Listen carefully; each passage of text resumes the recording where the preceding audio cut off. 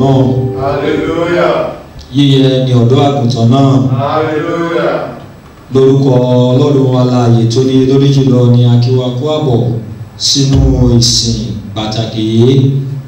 Pàápàá jùlọ gẹ́gẹ́ bí ó ti ní ṣe ìsinmi tí ó kẹ́yìn nínú ìrìn àjò oṣù kẹrin ọdún 2020. Àdúrà wa ni wípé Ọlọ́run àánú tó mú wa fayọ̀ bẹ̀rẹ̀ rẹ̀ yóò mú wa fi ayọ̀ làájá. Ẹ̀kẹ́ hallelujah. Orin láti máa fi ọpẹ́ fún Olúwa, láti máa kọrin ìyìn sí orúkọ Ọlọ́run ọ̀gá ògo, ẹni tí ó fi ọwọ́ agbára ìyanu rẹ̀ dì wá mú, tí ó sì kà wáyé láti rí ọjọ́ òní. Bí a ti farahàn níwájú rẹ̀, mo rọ̀ wá kí a ṣí ọkàn wa pa bí a ti múra láti jọ́sìn gẹ́gẹ́ bí ìrìn àjò ọjọ́ òní. Àdúrà mi ni pé ìbùkún tó ti inú ìsìn náà wá lónìí, Ọlọ́run yóò rọ̀jò rẹ̀ sórí ayé wa lórúkọ Kristi Jésù Olúwa wa. Yíyẹ ni ọ̀dọ́ àgùntàn náà. Ní báyìí a ó dá ohùn wa pọ̀ pẹ̀lú àwọn ẹgbẹ́ akọrin bí a ó ti fi ìyìn àti ọpẹ́ fún Ọlọ́run alààyè tó kà wáyé láti jẹ́ ọ̀kan nínú àwọn alábàápín oore ọ̀fẹ́ ọjọ́ ìsinmi tòní, èyí tí ó jẹ́ ìkẹyìn rẹ̀ nínú ìrìn àjò oṣù ìkẹrin. Bí a ti ń yìn, Ọlọ́run àánú yóò bùkún fún ayé ẹnìkọ̀ọ̀kan wa.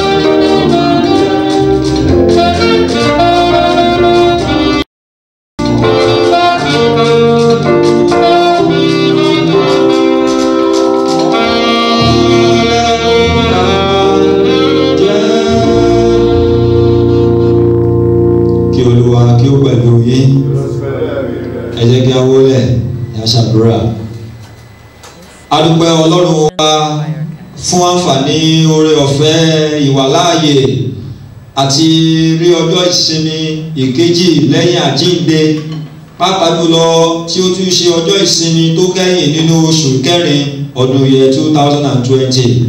Adá gbogbo ògo ọlá àti ìyìn padà sí ọ torí pé ìwọ ló tọ́ sí. Ọkàn wa ṣípayá, bẹ́ẹ̀ la yìn orúkọ rẹ lógo lọ́jọ́ tòní gẹ́gẹ́ bí Ọlọ́run wa èyí tí ó pa wá mọ́ tí ó sì fi àánú rẹ̀ dé wa ní adé. Fún ìfẹ́ láàyè lórúkọ Jésù Olúwa gba ọpẹ́ wa. Ọlọ́run ayérayé tẹ́wọ́ gba ìyìn wa. Jẹ́ bí a ti péjọpọ̀ láti jọ́sìn fún ọ lọ́jọ́ tòní, bí a bá rí ohun ìdíwọ́ tàbí ìkọ̀sẹ̀ kan lọ́nà wa èyí tí ó lè fẹ́ dènà iṣẹ́ ìsìn wa ti ọjọ́ òní, nípa agbára àánú àti oore ọ̀fẹ́ àjíǹde rẹ Jésù olùgbàlà síjú àánú rẹ wò wá. Bíbélì wípé bí àwa bá kọ̀ tí a sì wípé àwa kò lé ẹ̀ṣẹ̀, àtún ara wa òtítọ́ kan kò sí nínú wa. Jẹ́ gẹ́gẹ́ bí àǹfààní tí ẹ fún wa láti rí ọjọ́ ìsinmi tòní lórúkọ Jésù Olúwa fi àánú bá wa gbé. Bí a ti ń dúpẹ́ fún ayé ẹnìkọ̀ọ̀kan wa, bẹ́ẹ̀ la ń gbé orúkọ rẹ ga gẹ́gẹ́ bí ìjọ. À ń yìn ọ́ ní pàtàkì jùlọ gẹ́gẹ́ bí orílẹ̀-èdè, nínú làásìgbò, nínú hílà hílo, síbẹ̀ pé ìwọ Ọlọ́run wà ní ipa tiwa. A yìn ọ́ fún ìfẹ́ ìkẹ́ àti ìgẹ̀ rẹ Jésù olùgbàlà, tẹ́wọ́ gba ọpẹ́ wa. Bí a ti péjọpọ̀ nínú ilé wa, lọ́ọ̀dẹ̀ wa, níbi gbogbo káàkiri àwùjọ àgbáńlá ayé láti jọ́sìn lákòókò yìí, Ọlọ́run darapọ̀ mọ́ wa. Ìwàláàyè rẹ lọ́tun lórúkọ Jésù jẹ́ ọbẹ̀ ayé wa wò. A fi ayé ẹnìkọ̀ọ̀kan wa lé ọ lọ́wọ́. Àní ìbùkún ti ìjọsìn tòní lórúkọ Jésù, Ọlọ́run ṣe ní ìpín wa. Jẹ́bi a ti mú oṣù ìkẹrin wá sí òpin, Ọlọ́run ìrìn àjò ayé wa má jẹ́ ó wá sópin o. Gbogbo rògbòdìyàn kèrúdò, àwọn tí ó fún wa ní ìfọ̀kànbalẹ̀, tí ó mú ayọ̀ kúnnú ọkàn wa lákòókò yìí lórúkọ Jésù bá wa fi òpin sí. lẹ́yìn iṣẹ́ ìsìn tòní ìbùkún rẹ ọ̀run jẹ́ ó jẹ́ ìpín wa àtàwa àti gbogbo ọkàn tẹ́ ó lò fún ìsìn tòní ọlọ́run àánú gbé ayé wa wọ̀ jẹ́ àwúlò fún òwò orúkọ mímọ́ rẹ má jà ní owó ìlàlùpàṣẹ níwájú rẹ pátápá tún kó rajọ pọ̀ ọlọ́run àánú orin ìyìn orin ìṣẹ́gun jẹ́ ọgbà ẹnu wa kan ìsinmi tòní má jò jẹ́ àṣemọ̀ fún wa a ó máa yìn ọ́ rẹ torí tí a ti gbàgbọ́ béèrè lórúkọ Kristi Jésù olúwa wa àmín. Àdúrà olúwa bá wa tí ń bẹ lé ọ̀run dábọ̀ fún orúkọ rẹ kí ìjọba rẹ dé fẹ́ tirẹ̀ nígbà ṣe ní ayé bí wọ́n ti ń ṣe ilé ọ̀run fún wa lóúnjẹ òjò wa lónìí dárí ẹ̀ṣẹ̀ wa jì wá bí a ti dárí ẹ̀ṣẹ̀ tó ṣẹ̀ wá má fà wá sínú ilé ọ̀run gbà wá lọ́wọ́ ìrísí torí ìjọba tirẹ̀ ẹ̀rọ tirẹ̀ ògo tirẹ̀ láéláé yíyẹ ní ọ̀gá àgùntàn náà a ó dá ohùn bọ̀ tayọ̀tayọ̀ bí a ó ti kọ orin ìkẹsàn-án nínú ìwé orin wa orin ìkẹsàn-án nínú ìwé orin wa ọkàn mi yin ọba ọ̀run mọ rẹ̀ wá sọ́dọ̀ rẹ̀ wọ́n tá a wò sàn tá a dáríjì tá a lò bá a yìn bí kò ṣe òun ẹ jẹ́ ká dé lórí ẹsẹ̀ wa bá ó ṣe jùmọ̀ dá wọn pọ̀ láti kọ orin ìkẹsàn-án.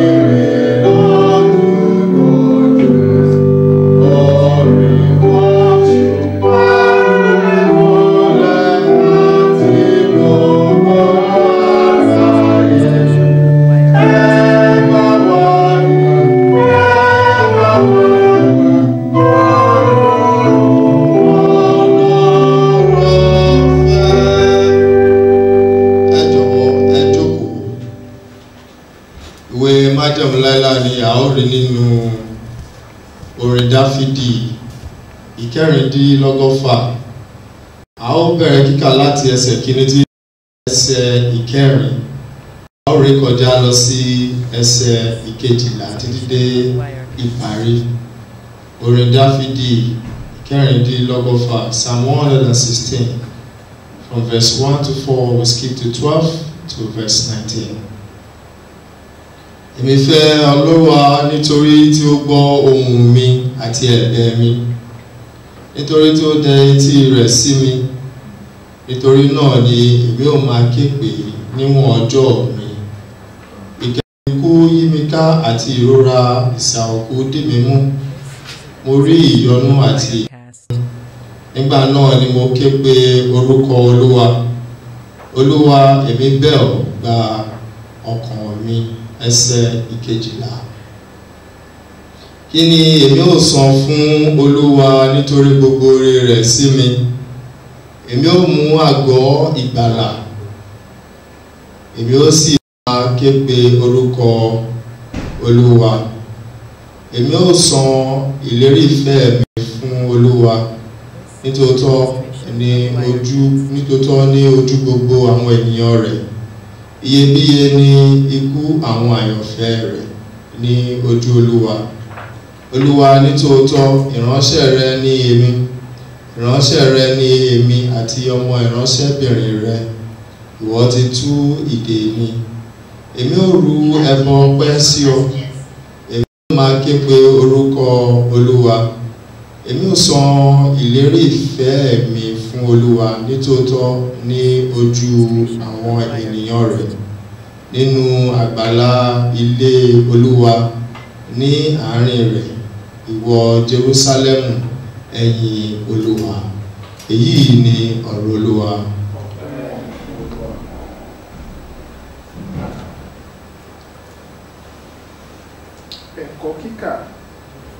Ẹ̀kọ́ kíkà láti inú májẹ̀mú tuntun. Ìrere Jésù Kristi Olúwa wa bí a ti ti ọwọ́ Lúùkù kọ sí orí ìkẹrìnléníogún láti ẹsẹ̀ ìkẹtàlá dé ẹsẹ̀ ìkarùndínlógójì. Luke chapter 24 from verse 13 to 35. Ìrere bí a ti ti ọwọ́ Lúùkù kọ sílẹ̀ orí ìkẹrìnléníogún láti ẹsẹ̀ ìkẹtàlá ẹsẹ̀ ìkarùndínlógójì. Sì kíyèsí, àwọn méjì nínú wọn ń lọ ní ìjọ náà sí ìletò kan tí a ń pè ní Emmanusi, tí ó jìnnà sí Jerúsálẹ́mù ní ìwọ̀n 100 fúlọ́ǹgì. Wọ́n bá ara wọn sọ̀rọ̀ gbogbo nǹkan wọ̀nyí tí ó ti ṣẹlẹ̀. Ó sì ṣe nígbà tí wọ́n ń bá ara wọn sọ, tí wọ́n sì ń bá ara wọn jíròrò, Jésù tìkára rẹ̀ súnmọ́ wọn, ó sì ń bá wọn rìn lọ.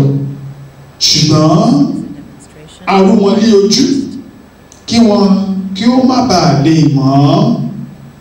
Ó sì bi wọ́n pé, ọ̀rọ̀ kí ni ẹ̀yin ń bá ara yín sọ bí ẹ̀yin ti ń rìn? Wọ́n sì dúró jẹ́, wọ́n fajúro. Ọ̀kan nínú wọn tí a ń pè ní Cleopa sì dáhùn wí fún wọn pé, àlejò ṣáà ni ìwọ ní Jerúsálẹ́mù tí ìwọ kò fi mọ ohun tí ó ṣe níbẹ̀ lé ọjọ́ wọ̀nyí. Ó sì bi wọ́n léèrè pé kí ni? Ó sì wí fún wọn pé ní ti Jésù ti Násárẹ́tì, ẹni tí í ṣe wòlíì tí ó pọ̀ ní iṣẹ́ àti ní ọ̀rọ̀ níwájú Ọlọ́run àti gbogbo ènìyàn, àti bí àwọn olórí àlùfáà àti àwọn alàgbà wa ti fi lé wọn lọ́wọ́ láti dá a lẹ́bi ikú, àti bí wọ́n ti kàn án mọ́ àgbélébùú.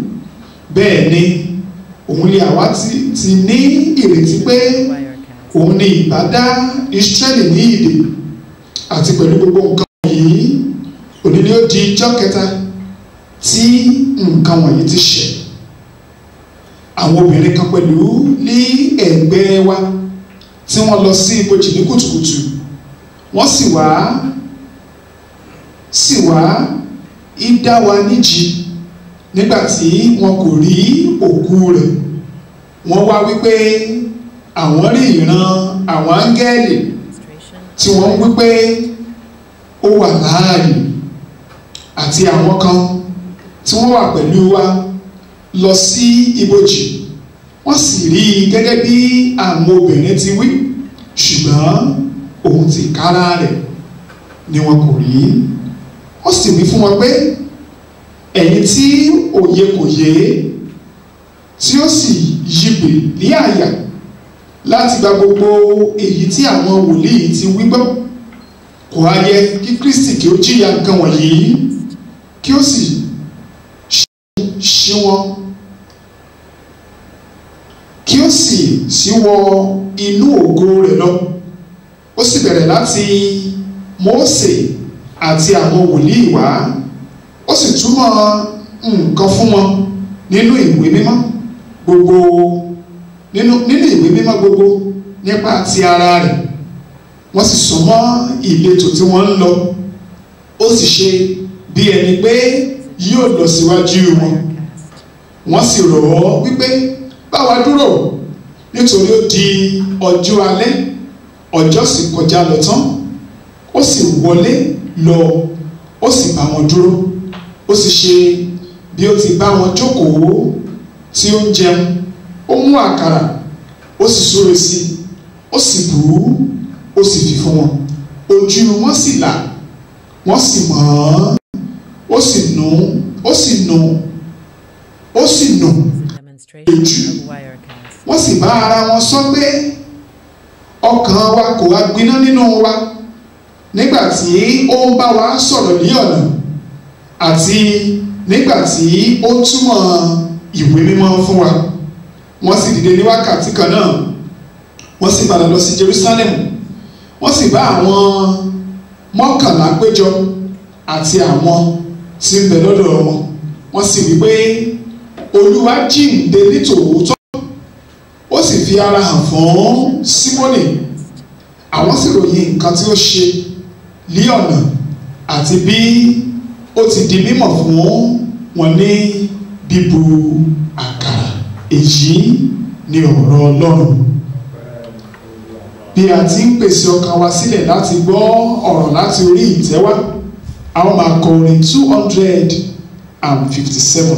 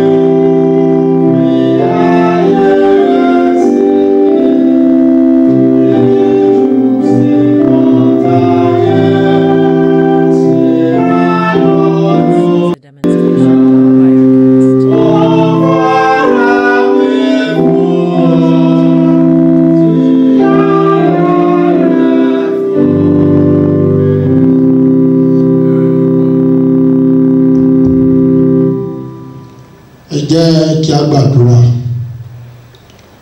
Ọlọ́run Olódùmarè mẹ́ta lọ́kan ìjìnlẹ̀ ìfẹ́, a dúpẹ́ lọ́wọ́ yín pé ẹ jẹ́ kí a rí ọjọ́ ìsinmi mìíràn lókè pẹ̀. Ọ̀pọ̀ ti kú, ọ̀pọ̀ tilẹ̀ wà ní ilé ìwòsàn tí àrùn coronavirus ń bá jà. A ò fi yọ̀ wọ́n bí kò ṣe pé a fi ń gbé orúkọ mímọ́ Ọlọ́run yìí dání.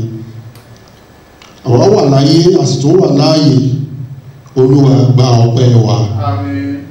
Olúwa gba ìyìn wa. Àmín. Bàbá, àkókò tó láti gbọ́ ọ̀rọ̀ rẹ, bá wa sọ̀rọ̀. Àmín. Ọ̀rọ̀ rẹ jẹ́ kí ó yé wa. Àmín. Bí ó ti ń gba etí ọ̀tún wọlé, wọ́n yẹ kí ó gba tòsì jáde. Àmín. Ní orúkọ ti bàbá àti ní ti ọmọ àti ní ti ẹ̀mí mímọ́. Àmín. Ẹsẹ̀ Bíbélì tí a ó fi gba ara wa níyànjú ní òní wà ní inú ìwé ti Lúùkù orí 24 ẹsẹ̀ 20. Ìrere Lúùkù orí 24 ẹsẹ̀ 20 tí ó kà báyìí pé àti bí àwọn olórí àlùfáà àti àwọn alàgbà wa ti fi lé wọn lọ́wọ́ láti dá àti bí wọ́n ti kàn án mọ́ àgbélébùú. Àkọ́rí ọ̀rọ̀ wa ní òwúrọ̀ yìí ni lẹ́yìn ikú lórí àgbélébùú kí ló kàn. Lẹ́yìn ikú lórí àgbélébùú kí ló kàn.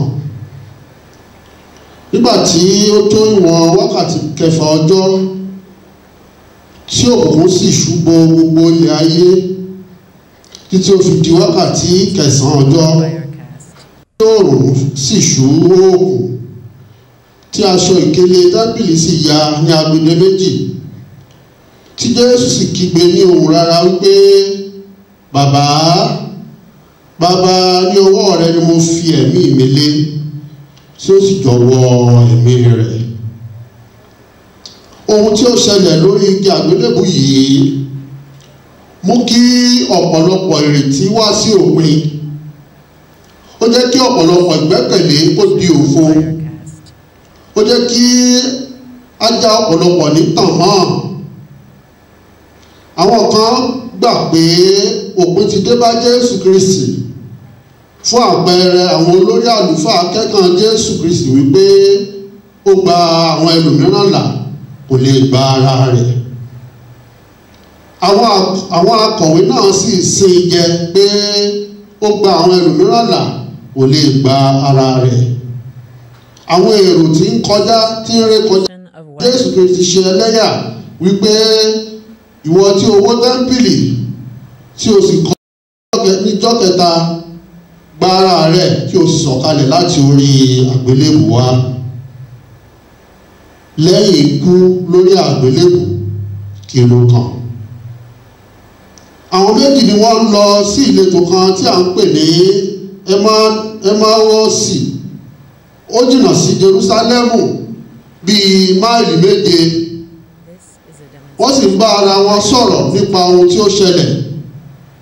Bí wọ́n ṣe ń sọ̀rọ̀ tí wọ́n sì ń jíròrò, Jésù fúnra ara rẹ̀ súnmọ́ wọn, ó sì ń bá wọn rìn lọ. Ṣùgbọ́n ó dá ìṣíjú bò wọ́n kí wọ́n má mọ̀ pé òun Jésù Kristi ni. Ó sì bi wọ́n pé ọ̀rọ̀ kí ni ẹ̀yin bá ara yín sọ bí ẹ̀yin ti ń rìn? Wọ́n sì dúró jẹ́, wọ́n fajúro. Cleopa ọ̀kan nínú wọn sì dáhùn wí fún Jésù pé ṣáà ni ìwọ ní Jerúsálẹ́mù tí ìwọ kò mọ ohun tí ó ṣẹlẹ̀ níbẹ̀? Ó sì bi wọ́n wípé kí ni? Wọ́n sì wí fún un pé ní ti Jésù ti Násárẹ́tì, ẹni tí ń ṣe wòlíì tí ó pọ̀ ní iṣẹ́ àti ní ọ̀rọ̀ níwájú Ọlọ́run àti gbogbo ènìyàn, àti bí àwọn olórí àlùfáà àti àwọn alàgbà wa ti fi lé wọn lọ́wọ́ láti dá a lẹ́bi ikú, àti bí wọ́n ti kàn án mọ́ àgbélébùú. Lẹ́yìn ikú lórí àgbélébùú kí ló kàn. Lẹ́yìn ikú Jésù Kristi lórí igi àgbélébùú lọ ó tọrọ òkú Jésù Kristi ó sì sin sí ibojì àti wípé ó yí òkúta ńlá di ibojì náà. Síwájú sí lẹ́yìn ìsìnkú ní ọjọ́ kẹta tí í ṣe ọjọ́ kìíní ọ̀sẹ̀ ní kùtùkùtù òwúrọ̀, àwọn obìnrin wá sí ibojì, wọ́n mú tùràrí wá tí wọ́n ti pèsè sílẹ̀ àti àwọn nǹkan mìíràn pẹ̀lú wọn. Wọ́n sì bá tí a ti yí òkúta kúrò ní ẹnu ibojì.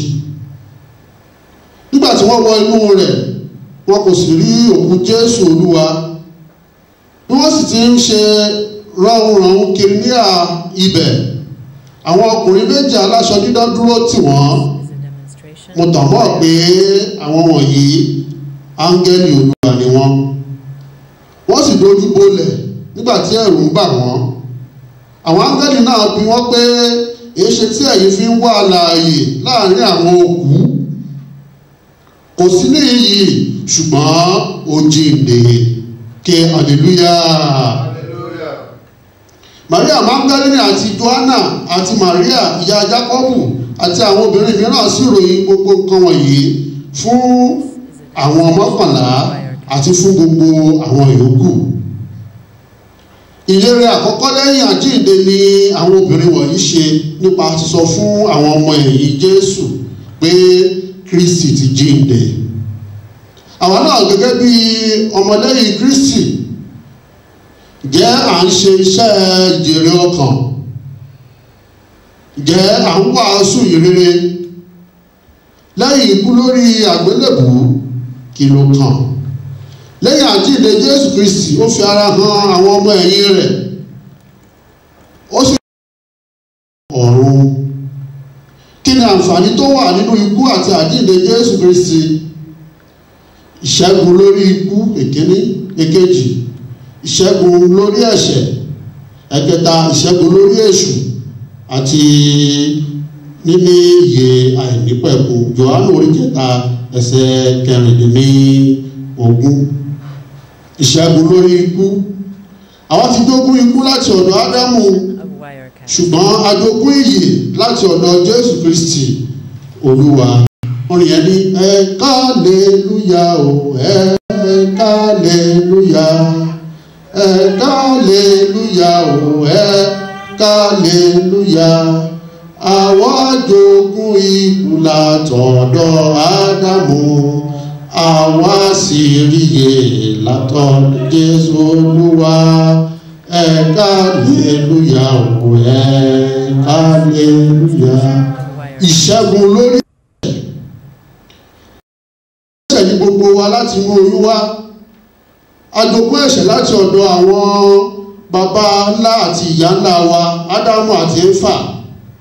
Ṣùgbọ́n nígbà tí Jésù Kristi ti kú, ó ti kó gbogbo ẹ̀ṣẹ̀ wa lọ ní orí igi àgbélébù. Kọ́ríńtì kìíní orí 15 ẹsẹ̀ 3.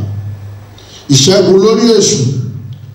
Jésù Kristi gba agbára lọ́wọ́ èṣù àti àwọn ọmọ ogun rẹ̀.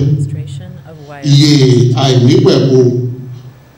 Nítorí Ọlọ́run fẹ́ aráyé tó bẹ́ẹ̀ gẹ́ tí ó fi ọmọ bí rẹ̀ kan ṣoṣo fún ni, kí ẹnikẹ́ni tó bá gbà á gbọ́ má bàa ṣègbé, ṣùgbọ́n kí ó lè ní ìyè àìnípẹ̀kun. For God so loved the world. Torí tí Ọlọ́run fẹ́ aráyé tó bẹ́ẹ̀ gẹ́. Kí ni a gbọ́dọ̀ ṣe gẹ́gẹ́ bí onígbàgbọ́ lẹ́yìn ikú lórí igi àgbélébùú ti Jésù Kristi? Èkíní, a gbọ́dọ̀ tọrọ fún ìdáríjì ẹ̀ṣẹ̀ wa. Èkejì, a gbọ́dọ̀ gba Jésù Kristi ní Olúwa àti olùgbàlà wa tí a kò bá tí ì ṣe bẹ́ẹ̀. Ẹlẹ́ẹ̀kẹta, a gbọ́dọ̀ máa gbé ìgbésí ayé ìwà mímọ́. Bíbélì ní láìsí ìwà mímọ́ kò sẹ́ni tí ó lè rí Ọlọ́run. Òbíèlì sì tún sọ wípé jẹ́ mímọ́ nítorí tí èmi jẹ́ mímọ́. Ẹlẹ́ẹ̀kẹrin, a gbọ́dọ̀ máa wàásù ìrere nípa títan ìmọ́lẹ̀ Kristi fún aráyé. Àwọn mìíràn wà wọn kò lè wàásù, ṣùgbọ́n ohun tí Ọlọ́run fi fún ọ gẹ́gẹ́ bí ohun fi ṣe ìrere. Ìyá kan tilẹ̀ wà ní Ọ̀yọ́ nígbà kan rí ní ọjà Akẹ̀sán. Ó di onígbàgbọ́, ṣùgbọ́n ìyá yìí ò mọ Bíbélì kà, ṣùgbọ́n ó mọ tó ń gbàgbọ́ nínú ọkàn rẹ̀. Wọ́n sì wàásù sí pé ó yẹ kó máa wàásù ìrere fún àwọn ènìyàn. Ó ń ta iyọ̀, ó wá mú agolo mílíìkì sẹ́gbẹ̀ẹ́ kan, gbogbo ẹni tó bá ti ra iyọ̀ lọ́wọ́ rẹ̀ yóò wá ní mo fi agolo mílíìkì yìí kan sí fún ọ ní orúkọ Jésù Kristi. A ní láti tan ìmọ́lẹ̀ Kristi fún aráyé. Ẹlẹ́ẹ̀karùn-ún, a ní láti máa gbàdúrà nígbà gbogbo, gbàdúrà láì sinmi, prayer without ceasing, pray without ceasing. Ẹlẹ́ẹ̀kẹfà, a ní láti ka àti kọ́ ọ̀rọ̀ Ọlọ́run déédéé. Ẹlẹ́ẹ̀keje, a ní láti súnmọ́ Ọlọ́run ju ti àtẹ̀yìnwá lọ. Gẹ́gẹ́ bí ọ̀rọ̀ orin tí a kọ tán lẹ́ẹ̀kan, orin 257 tó sọ wípé mo fara mi fún ọ, mo kú nítorí rẹ, kí n lè rà ọ́ padà kó o lè tí ì dénú òkú. Mo fara mi fún ọ, kí ni ìwọ ṣe fún mi? Ẹsẹ̀ kẹfà rẹ̀ wá sọ wípé fi ara rẹ fún mi, fi ayé rẹ sìn mí, díjú sí nǹkan ti ayé, sì máa yọ̀ nínú ìyà. Mo fara mi fún ọ, fi ara rẹ fún mi. Onísáàmù ní sáàmù ìkẹrìndínlọ́gọ́fà ẹsẹ̀ kejì ó ní nítorí tí ó dẹ etí rẹ̀ sí mi, nítorí náà ni èmi ò máa ké pè níwọ̀n ọjọ́ mi. Jẹ́ kí a súnmọ́ Olúwa, kí a sì ké pè ní àkókò ìdààmú, àkókò wàhálà, òun yóò sì jẹ́ wa. Jẹ́ ká súnmọ́ Olúwa ní àkókò yìí, ká sì tún ké pè ní àkókò tí coronavirus yìí tó ń bá wa wọ̀yá ìjà ní gbogbo àgbáyé. Pàápàá jùlọ ní àsìkò tí àrùn coronavirus gbilẹ̀ káàkiri gbogbo àgbáyé, a ní láti súnmọ́ Ọlọ́run ju ti àtẹ̀yìnwá lọ. Lórí igi àgbélébù Jésù Kristi ní ó parí, ó túmọ̀ sí wípé ó parí fún gbogbo àìsàn wa. Jẹ́ ìwọ coronavirus tí ò ń dá gbogbo àgbáyé síbòsíbò, dáwọ́ dúró ní orúkọ Jésù. Ẹ jẹ́ kí gbogbo wa ní àgbáyé súnmọ́ Jésù Kristi ní àkókò bí irú èyí, nítorí òun ló lè gbà wá lọ́wọ́ àrùn coronavirus. Nítorí òun ló kó ìdààmú àìsàn gbogbo ayé lọ nípa ikú rẹ̀ lórí igi àgbélébù. Kò sí orúkọ mìíràn tí a fi lè gbanilà bí kò ṣe nípa orúkọ Jésù Kristi tí a kàn mọ́ àgbélébù. Pé orúkọ Jésù lónìí yóò sì dára fún ọ, yóò sì dá ọ lóhùn. Màlàkàkà o màlàkàkà, màlàkàkà o màlàkàkà, kíkú Jésù lórí mi kó má ṣe já sásán.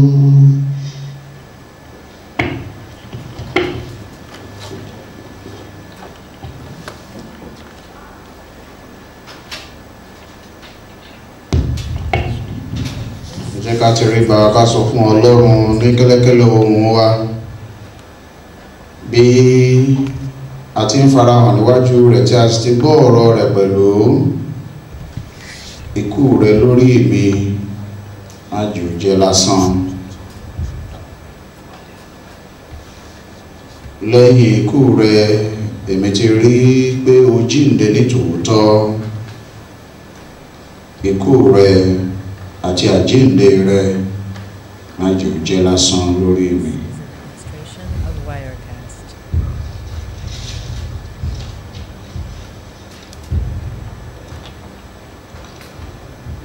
Abẹ́ ọ̀dọ̀ Ọlọ́run wa fún ọ̀rọ̀ rẹ̀ èyí tí o rán sí wa. Agbára fún wa Olúwa ká lè múra tán láti ṣe ìfẹ́ rẹ̀. Tó bẹ́ẹ̀ tó jẹ́ pé ní gbogbo ọ̀nà wa gbogbo ayé yóò ti pàṣẹ wa gbé orúkọ rẹ̀ ga. Ikú àti àjíǹde rẹ̀ má jù jẹ́ lásán lórí wa. Agbára àjíǹde rẹ̀ lórúkọ Jésù jẹ́ kó máa mú wa ṣe ìfẹ́ rẹ̀. Jẹ́ kí ìbùkún rẹ̀ kó máa bá wa gbé. Lópin ìrìn àjò wa láyé yìí jẹ́ ká dọ́dọ̀ rẹ̀ sinmi ká sì máa yìn ọ́ títí ní orúkọ Kristi náà Olúwa wa. Àmín.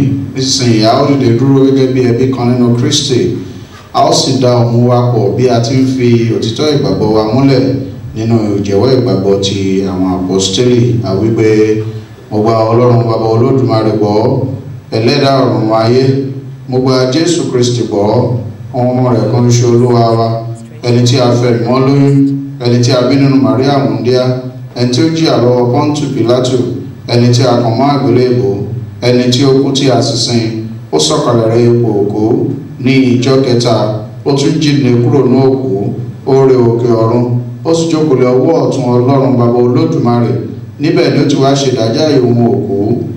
Ó gba ẹ̀mí mímọ́ gbọ́, ìjọ mímọ́ ènìyàn Ọlọ́run, ìdàpọ̀ àwọn èèyàn mímọ́, ìdáríjì ẹ̀ṣẹ̀, àjíǹde ara ní ìsà òkú àti ìyè tí kò ní pẹ̀kun. Àmín. Kí Olúwa kí ó pẹ̀lú yín. Ẹ jẹ́ kí a wólẹ̀ kí a ṣàdúrà. Olúwa fi àánú rẹ hàn fún wa, kí ìwọ kó sì fún wa ní ìgbàlà rẹ. Olúwa dá orílẹ̀-èdè wa sí, kí ìwọ kó sì fi àánú gbọ́ tiwa nígbà tí àwa bá ń ké pè ọ́. Fi òdodo wọ àwọn òjíṣẹ́ rẹ, kí ìwọ kó sì fún àwọn ènìyàn àyànfẹ́ rẹ lé ayọ̀. Olúwa dá àwọn ènìyàn rẹ sí, kí ìwọ kó sì bùkún fún ìní rẹ. Fún wa ní àlàáfíà ní ìgbà tiwa Olúwa, nítorí tí kò sí ẹlòmíì tí ń gbèjà wa bí kò ṣe ìwọ nìkan ṣoṣo Ọlọ́run. Ṣe àyà wa kí ó di mímọ́ nínú wa Ọlọ́run, kí ìwọ kí ó má sì gba ẹ̀mọ́ rẹ lọ́wọ́ wa. Àdúrà collective fún ìsinmi kejì lẹ́yìn àjíǹde.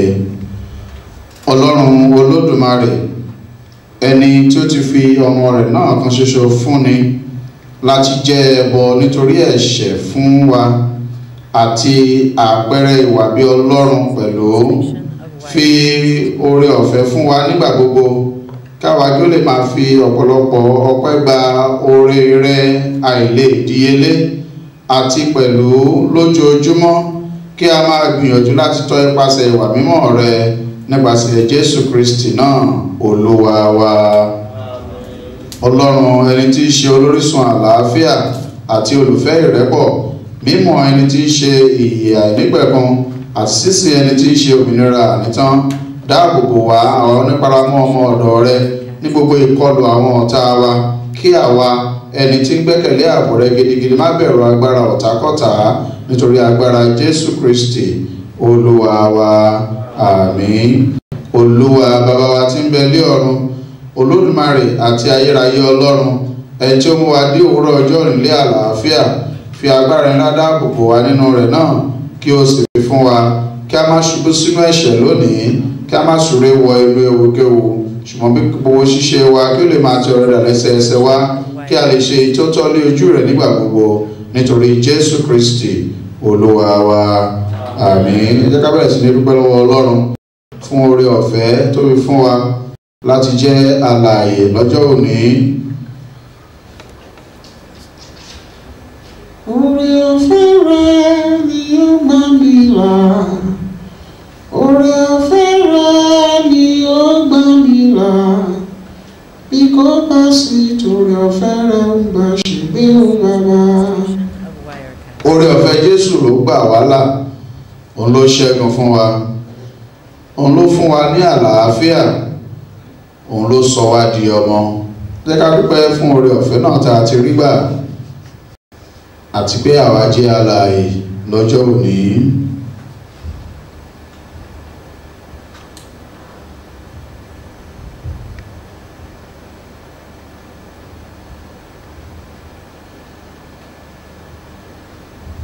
This is a demonstration of Wirecast.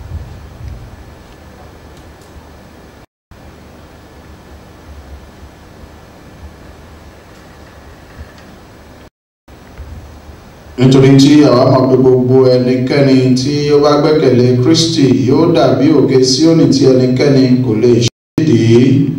Jẹ́ ká sọ fún Ọlọ́run Olúwa, ìgbẹ́kẹ̀lé náà rẹ dùn, Bàbá, Ọmọ, Ẹ̀mí Mímọ́, jẹ́ kí n lè máa fẹ́ ọ sí i nínú ìṣe àti ìwà mi. Jẹ́ kí n lè máa fẹ́ ọ sí i nínú ìṣe àti ìwà mi.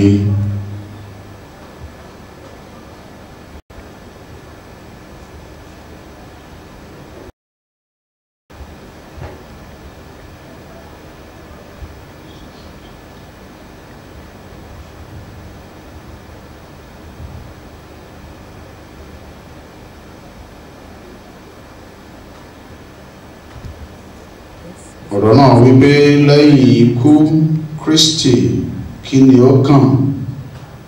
Ohun tí ó kàn náà ni wípé ìgbé ayé wa yóò jẹ́ fún ti Ọlọ́run. Ọlọ́run jẹ́ kí ayé mi àti ìdílé mi máa polongo rẹ títí. Jẹ́ kí ayé mi àti ìdílé mi máa polongo rẹ títí gẹ́gẹ́ bí àjíǹde àti ìyè. This is a demonstration of Wirecast.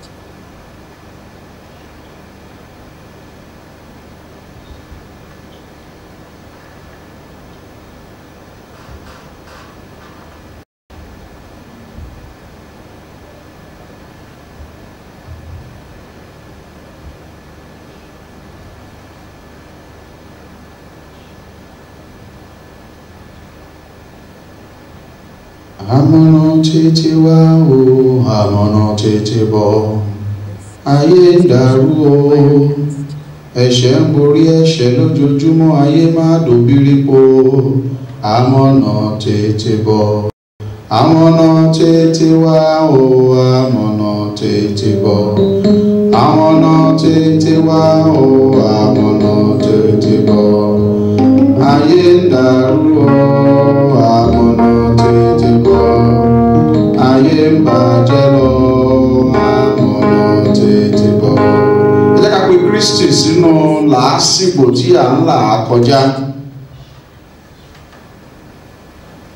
Rántí wípé ọmọ aládé àlàáfíà dúró ti àwọn tirẹ̀, kì yóò sì jẹ́ kí wàhálà yìí kó bò wọ́n mọ́lẹ̀. Ẹ ká sọ fún Ọlọ́run pé Olúwa, a rí ara wa gẹ́gẹ́ bí ẹlẹ́ṣẹ̀, ṣùgbọ́n ayé wa ó ń polúkúmuṣu. Ré kọjá wa Olúwa, kó wá tún ayé wa ṣe. Ré kọjá wa Olúwa, kó wá tún orílẹ̀-èdè wa ṣe. Gbogbo ènìyàn ń gbọ̀rọ̀gẹ̀ jígẹ̀ lónú ẹ̀ṣẹ̀.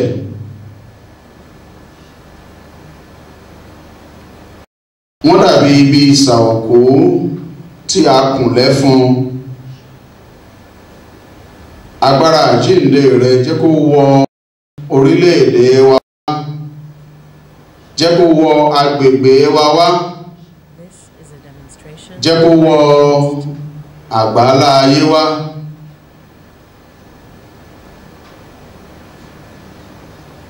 Tí Olúwa ní ilẹ̀ àti ẹ̀kún rẹ̀, ayé àti àwọn tí ó tẹ̀dó sínú rẹ̀. Ọlọ́run bá hàn gẹ́gẹ́ bí olùgbàlà aráyé.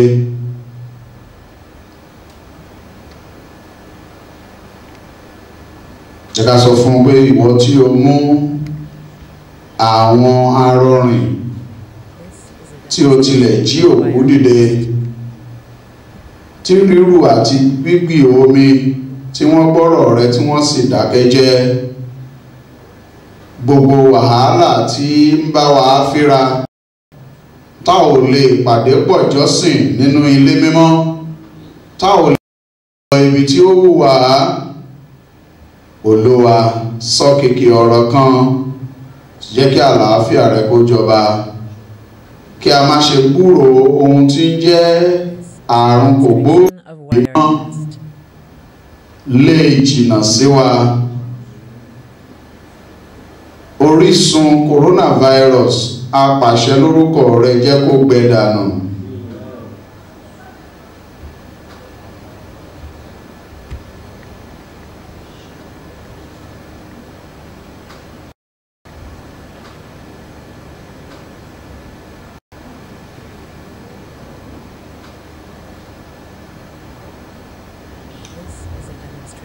Of Wirecast.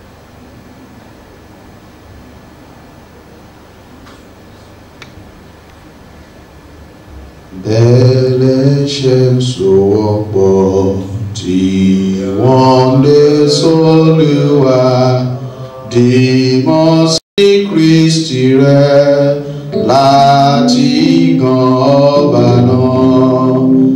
Ayé ṣáta pẹ̀lú èṣù, èké ni wọ́n ṣe lásán.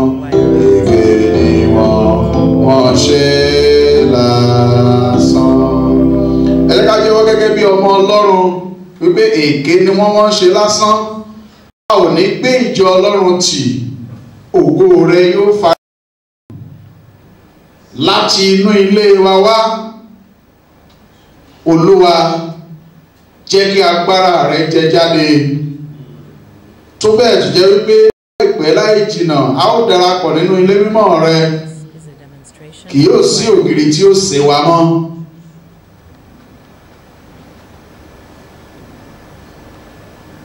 Inú Sátánù a máa dùn wípé òun ò jẹ́ kí wọ́n lọ sí ilé ìjọsìn mọ́. Inú rẹ̀ bú, ọkàn rẹ̀ ò tilẹ̀ mókè nítorí tí kò ní ìmọ̀ rárá wípé ògiri lásán òun ni ilé ìjọsìn, ọkàn ọkùnrin àti obìnrin òun ni ilé ìjọsìn Olúwa. Ẹ ká sọ fún Ọlọ́run, àti ọkùnrin àti obìnrin, bàbá, ìyá àti àwọn ọmọ, bá a ti ń jọ́sìn nínú ilé wa, jẹ́ kí agbára rẹ̀ ó jẹ jáde láti ibẹ̀ lọ, kó mú títán dé wàhálà àti tẹ̀mbẹ̀lẹ̀kun tí ó wà lóde yìí, kó sì sọ wá di òmìnira ní tòótọ́.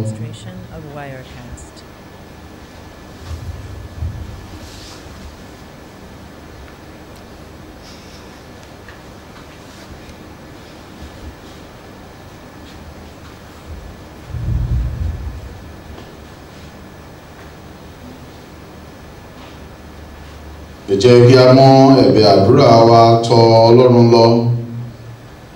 Ó ní títí fi di ìsinsìnyí ìwọ kò tí ì béèrè ohun kan, béèrè a ó fi fún ọ. Wá kiri ìwọ yóò rí kankan, a ó sì ṣí fún ọ. Ẹ jẹ́ ká béèrè ohun tí ó wù wá, ìwọ̀n kí a béèrè gẹ́gẹ́ bí ìlànà ti Ọlọ́run. Ó sì dá mi lójú wípé a ó gbégbá ọpẹ́ lórí àwọn ìbéèrè náà. This is a demonstration of Wirecast.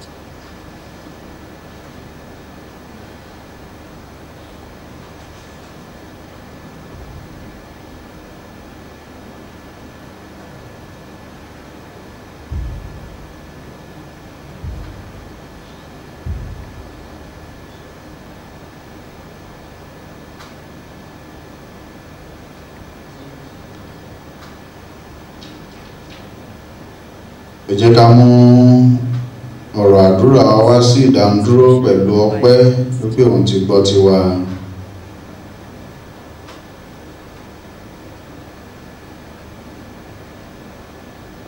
Bẹ́ẹ̀ ni yóò rí Jésù Kristi Olúwa wa. Ọlọ́run Olódùmarè, bàbá àánú gbogbo, àwa dúpẹ́ lọ́wọ́ rẹ fún oore ọ̀fẹ́ ìtẹ́bí fún wa láti jọ́sìn níhìn yìí lónìí. Àyàn ológo Ọlọ́run Olódùmarè wípé kò sí ògiri tó sé ọmọ. Àwa nígbà tá ó bá lọ ilé wa torí pé a mú Kristi wọ inú ilé ìjọsìn wa àti nínú ilé wa níbi tí a ti jọ́sìn lónìí, a ó mú ọ padà lọ ilé, a ó mú ọ lọ sí inú ọ̀sẹ̀ yìí, ògo rẹ yóò sì farahàn láyé wa, tó bẹ́ẹ̀ jẹ́ pé agbára àjíǹde rẹ yóò máa tàn tí gbogbo àwọn ènìyàn yóò sì rí ní tòótọ́ wípé àwa ń bọ̀ ní ọ̀dọ̀ Kristi. Olúwa Ọlọ́run Olódùmarè, torí tí a ti wà lọ́dọ̀ rẹ lónìí, tí agbára rẹ sì ti wà nínú ayé wa, fi agbára fún wa bẹ́ẹ̀ náà ká lè jẹ́ ògbùfọ̀ rẹ nínú ayé yìí, ká lè jẹ́ apá àti ẹsẹ̀ rẹ, ká lè jẹ́ ohùn rẹ, tó bẹ́ẹ̀ tó jẹ́ pé ìgbé ayé wa yóò lè jẹ́ alábùkún fún, àti wípé nípasẹ̀ ìgbé ayé wa a ó lè gbé orúkọ rẹ ga. A gbàdúrà fún gbogbo àwọn tó wà ní ìdùbúlẹ̀ àìsàn, Olúwa gbé wọn dìde lórí àkéte àìsàn wọn, lọ kí o sì wò wọ́n sàn, jẹ́ ká àlàáfíà rẹ kó bá wọn. Gbogbo àwọn tí àrùn coronavirus yìí ti dágúnlẹ̀, lórúkọ Jésù Olúwa gbé wọn dìde. Ìwọ tí o mú ìyá ìyàwó Pétérù lé ọwọ́ tí ó sì dìde nínú àìsàn ibà rẹ̀, tí ó lágbára láti lè máa ṣe ìránṣẹ́ ní àkókò náà lórúkọ Jésù mú wọn lọ́wọ́ nípa tẹ̀rẹ̀ Olúwa jẹ́ kí agbára àjíǹde rẹ kó wọnú ayé wọn kálàáfíà tó pé bó sì jẹ́ ìpín wọn àgbàdo Ọlọ́run Olódùmarè fún àwọn mìíràn tí wọ́n tilẹ̀ ti dòkú bàbá gbàdúrà àwọn ìdílé tí wọ́n fi sílẹ̀ bàbá wa wà pẹ̀lú wọn jẹ́ kí ẹ̀mí rẹ kó máa bá àwọn ìdílé náà gbé jẹ́ kálàáfíà rẹ kó bá wọn gbé Olúwa Ọlọ́run Olódùmarè arántí ìdílé Ògúndádégbé àgbàdo Ọlọ́run Olódùmarè níbi tí wọ́n bá wà lọ́hùn-ún bàbá ààbò rẹ kó dájú lórí wọn àfi màmá wa lé ọ lọ́wọ́ tí wọ́n ti jẹ́ ogbó ìwọ tí í ṣe Ọlọ́run tí jẹ́ ọkọ fún àwọn ogbó má ṣe fi màmá wa sílẹ̀ o sì di àwọn ọmọ náà mú pẹ̀lú bàbá lílọ wọn kúrò nínú ẹbí Jésù Olúwa má jẹ́ ó jẹ́ ṣísẹ̀ntẹ̀lé lílọ wọn kúrò nínú kàtídírà yìí Ọlọ́run Olódùmarè má jẹ́ ó jẹ́ àkúfà Olúwa ẹ̀mí gígùn àtàlàáfíà rẹ̀ jogún rẹ̀ fún wa jẹ́ kí ìbùkún àtàrà rẹ̀ kó máa bá wa gbé Ọlọ́run Olódùmarè a gbàdúrà pé bí a ti ń lọ sínú ọ̀sẹ̀ yìí kákò rẹ̀ kó dájú lórí wa a gbàdúrà fún àwọn ọ̀dọ́ wa yíyọ ní ẹsẹ̀ ọ̀dọ́ máa ń yọ Olúwa bulẹ̀ sẹ́sẹ̀ wọn gbogbo àwọn ìpẹ́ rẹ̀ wa àti àwọn tí ń bẹ ní inú lórúkọ Jésù ló ẹ dáàbò bò wọ́n bàbá má jẹ́ àrí àyọlọ láàrin wa ogun àtẹ̀yìnjà má jẹ́ ó jà wá kí àwọn ọmọ wọ̀nyí má jẹ́ àsọkún Olúwa orin ìṣẹ́gun jẹ́ gbogbo ẹnu wa kan àgbàdo Ọlọ́run Olódùmarè fún gbogbo àwọn tí wọ́n ń wojú rẹ bí Hánà lé ọjọ́ kìíní wọ́n sunkún àìrí bí wọ́n sì ń gbà àwẹ̀ àìrí kan lórúkọ Jésù ọlẹ̀ ayọ̀ jẹ́ kó sọ nínú wọn fi agbára fún Ọlọ́run Olódùmarè láti fi ọwọ́ wọn gbé ọmọ jó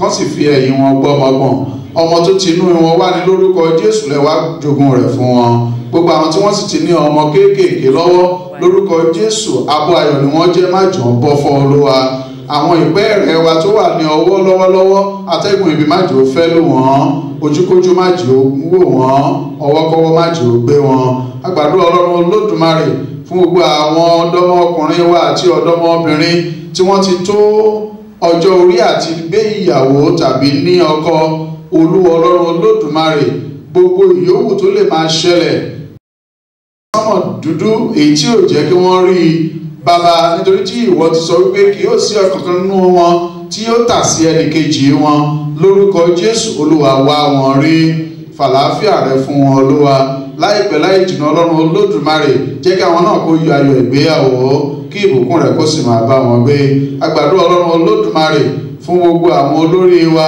àti ní ìjọba kan lórúkọ Jésù ìjọba rẹ kó gbilẹ̀ láàrin wa fagbára fún wọn láti ṣe ìfẹ́ rẹ jẹ́ kí ìbùkún àjọra rẹ kó máa bá wa gbé ẹ ṣé nítorí pé ẹ ti gbọ́ tiwa ìjọ rẹ kó máa tàtẹ̀síwájú ìjọ elétò kó má ṣe kẹ̀rẹ̀ kí àlàáfíà rẹ kó jẹ́ tiwa jẹ́ kí ayé wa kó lè polongo òtítọ́ ọ̀rọ̀ rẹ adúpẹ́ nítorí pé ẹ ti gbọ́ tiwa amọ̀dájú pé ẹ ti gbọ́ àti ní kẹ́lẹ́kẹ́ lóhun wa lẹ́sìn ti fi ìbéèrè wa fún wa láìpẹ́ jẹ́ ká gbégbá ọpẹ́ ká yíra nínú ìyìn a ó sì máa yìn ọ́ títí ní orúkọ Kristi náà Olúwa wa.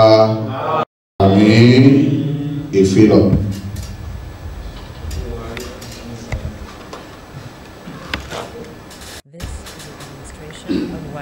Yíyẹ ní ọ̀dọ́ àgùntàn náà. Hallelujah. Ní orúkọ Olúwa tí ó ṣe iyebíye ní a kí ẹnìkọ̀ọ̀kan wa káàbọ̀ síwájú Olúwa ní òwúrọ̀ yìí. A gbàdúrà pé bí Kristi bá fa bíbọ̀ rẹ̀ sẹ́yìn ọ̀pọ̀lọpọ̀ ìsinmi la ó ṣe lórí ilẹ̀ alààyè. Bákan náà là ń dúpẹ́ lọ́wọ́ Ọlọ́run pé Ọlọ́run mú wa rí ọjọ́ ìsinmi tó gbẹ̀yìn ìrìn àjò oṣù kẹrin a gbàdúrà pé èyí kò ní jí àṣemọ fún ẹnìkọ̀ọ̀kan wa ẹ̀mí wa yóò tún rí òpin oṣù karùn-ún àti jù bẹ́ẹ̀ lọ ní orúkọ Jésù Kristi Olúwa wa. Bákan náà là ń bá àwọn ọlọ́jọ́ ìbí nínú oṣù kẹrin yọ̀ gbogbo àwọn tí wọ́n ń yọ ayọ̀ ọjọ́ ìbí wọn lóṣù yìí a gbàdúrà pé lórúkọ Olúwa ẹ̀mí yóò ṣe ọ̀pọ̀lọpọ̀ rẹ̀ nínú àlàáfíà nínú ìlera pípé ní orúkọ Jésù Kristi ní Olúwa wa. Àmín. À ń pe àkíyèsí wa pé ní gbogbo ọ̀sẹ̀ ni a máa ń ṣe ní gbogbo ọjọ́ Wednesday ní dédé aago 12 ọ̀sán ni a máa ń darapọ̀ láti gba ara Olúwa ibi yòówù tí a lè wà ẹ darapọ̀ pẹ̀lú wa nínú ètò ìsìnwó eléyìí tí a ń ṣe yìí. Ká pèsè àkàrà àti wáìnì sílẹ̀ ní ilé wa bí a ó ṣe máa fi ìgbàgbọ́ darapọ̀. A dẹ̀ mọ̀ pé níwájú Olúwa kò sí ìyapa, ẹ̀mí Ọlọ́run yóò sì darapọ̀ pẹ̀lú wa. Olúwa yóò sì tún okun àti agbára ẹnìkọ̀ọ̀kan wa ṣe. Bákan náà ni àkíyèsí wa pé ẹnìkọ̀ọ̀kan wa ká máa lo ẹ̀rọ ìbánisọ̀rọ̀ wa láti pe àwọn ọmọ ìjọ wa níbi tí ẹnìkọ̀ọ̀kan wọn bá wà, ká lè mọ tí irúfẹ́ ọmọ ìjọ kọ̀ọ̀kan bá ń là kọjá. Tí a bá dẹ̀ rí ọmọ ìjọ kan tó ń la àkókò ìdojúkọ kọjá nírú àkókò bí èyí, ẹ jẹ́ ká gbìyànjú láti pe alábòjútó, àwọn àlùfáà tàbí àwọn ìrìjú, ká fi tó wọn létí kí ìjọ kó lè ṣe ohun tí ó bá tọ́ fún irú àwọn ọkàn bẹ́ẹ̀ tàbí ìdílé bẹ́ẹ̀ nírú àkókò bí èyí. Bákan náà tí a bá rí ẹnikẹ́ni tí Ọlọ́run fi sí lọ́kàn láti báyìí ní àwọn ọmọ ìjọ pàdé ní ọ̀nà kan tàbí òmíràn, ẹ jẹ́ ká gbìyànjú láti pe alábòjútó tàbí àwọn ìrìjú láti fi tó wọn létí ohun tí a ní lọ́kàn láti ṣe fún irú àwọn ọmọ ìjọ bẹ́ẹ̀ bí a lè ṣe ń fi irú nǹkan bẹ́ẹ̀ ránṣẹ́. Àwọn àlùfáà àwọn ọmọ bí yóò ṣe dé ọwọ́ àwọn ènìyàn tí a fẹ́ fi èyí ránṣẹ́ sí. Ẹnìkọ̀ọ̀kan wa a ò ní padà di aláìní ní orúkọ Jésù Kristi Olúwa wa. Lẹ́yìn tí a bá fi àwọn ọrẹ wa ìdámẹ́wàá àti onírúurú àwọn ìdúpẹ́ wa fún Ọlọ́run, à ń rán wa létí bákan náà pé ọjọ́ òní ni ọjọ́ ìsinmi tó gbẹ̀yìn oṣù yìí.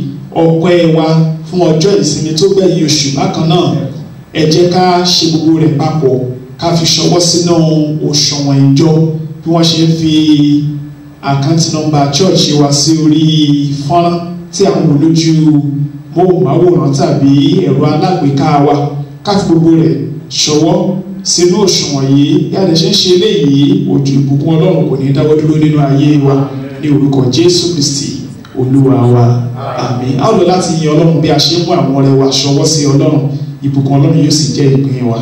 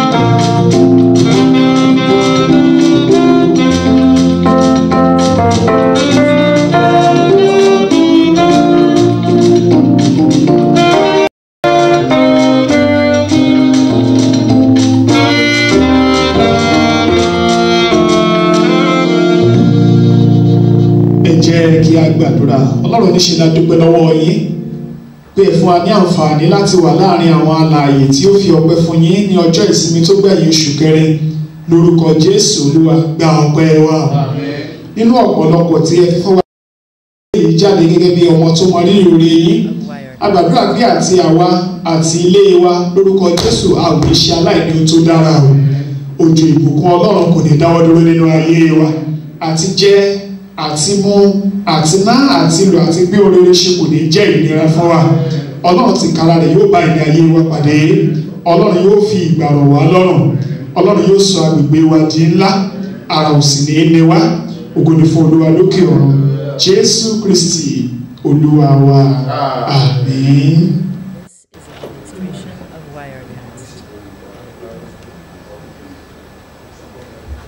orin ìparí ìsìn. Wọ́n máa mú ìsìn yìí wá sí ìparí bí a ṣe ń kọ orin àkọ́kún 22. Bó bá ní Jésù kò dì í mú, àkọ́kún 22.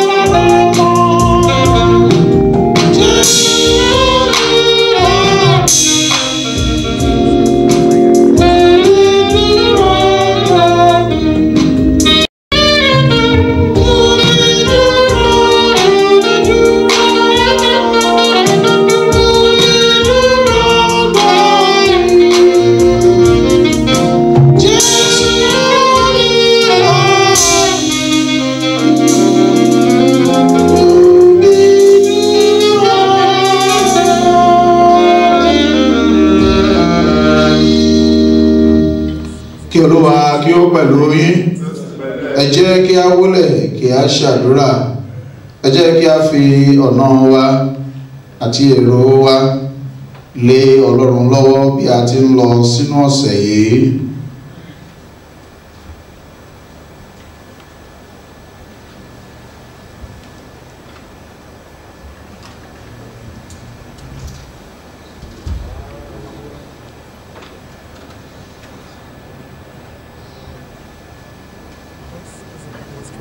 Of Wirecast.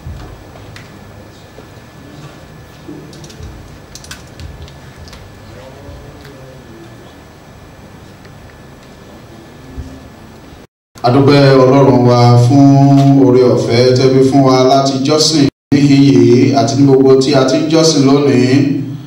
Àwa gbé ọ̀gá Ọlọ́run Olódùmarè torí pé o ti fi títóbi agbára rẹ hàn á nínú ìsìn yìí. Àwa sì mọ̀ dájúdájú wípé bí a ti ń lọ ilé wa à ń lọ pẹ̀lú ẹ̀kúnrẹ́rẹ́ ìbùkún àti wípé Sátánì kò lè dá wa lọ́nà bẹ́ẹ̀ pẹ̀lú kò lè bá wa dẹ́gbọ̀n.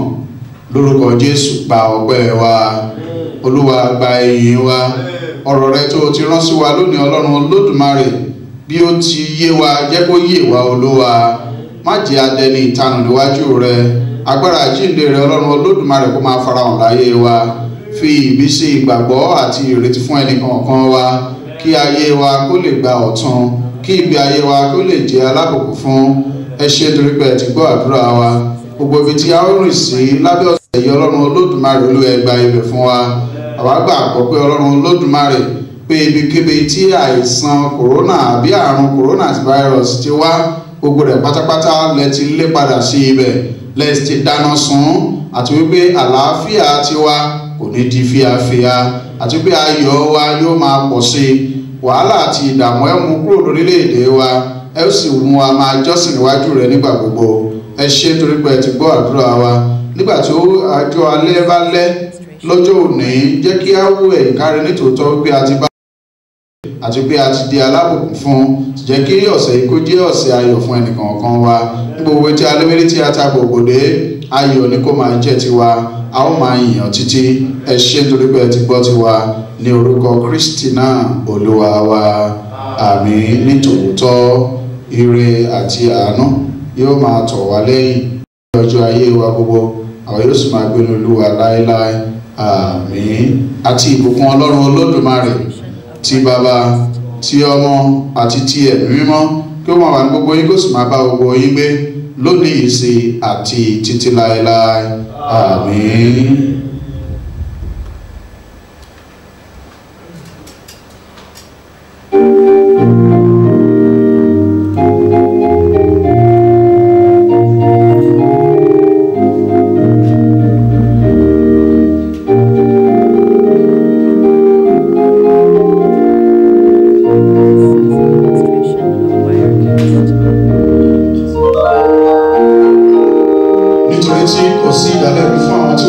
Nísinsìnyí kẹ́ máa lé ọlẹ́ àlàáfíà kí àlàáfíà rẹ̀ kó máa bá yín gbé lónìí yìí àti títí láéláé. Àmín.